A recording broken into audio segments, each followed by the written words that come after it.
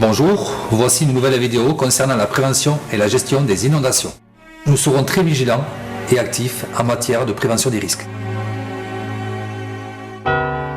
Compte tenu des événements récents, inondations de 2018 et la montée des eaux en décembre, ce sujet est notre priorité. J'ai fait appel à M. Camille Thomas, ingénieur génie civil, pour ses compétences et sa disponibilité.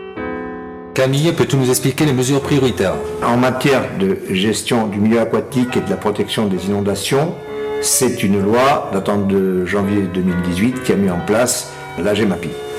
Celle-ci est appliquée parce qu'elle en a eu la compétence, par le SITCOM et par délégation qui lui a été faite depuis le syndicat intercommunal. Le problème, c'est que les compétences sont très longues. Je ne la vois pas avant la fin de l'année 2020. Il est évident que nous ne pouvons pas attendre ce délai d'un an et qu'il faudra mettre en place des mesures immédiates. Quelles sont les dispositions prioritaires que l'on peut mettre en place?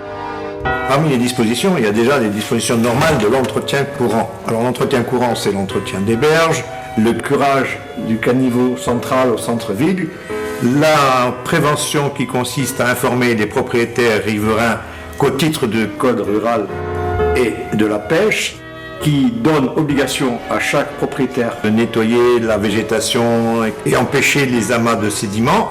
Ensuite, continuer l'entretien des réseaux urbains, de vérifier qu'ils sont propres de façon à ce qu'ils ne se déversent pas en supplément quand il y a des problèmes de crue.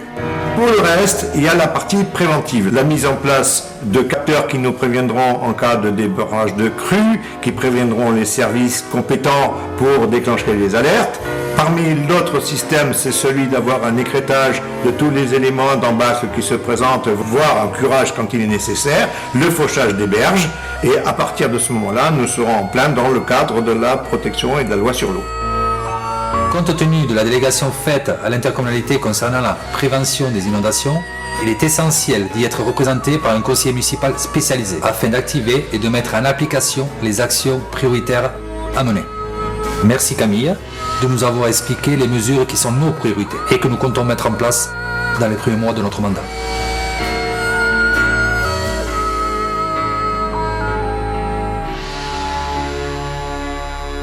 N'hésitez pas à liker et partager notre vidéo. Vous pouvez nous suivre sur YouTube, Facebook pour recevoir nos prochaines vidéos et aussi nous rejoindre au local de campagne.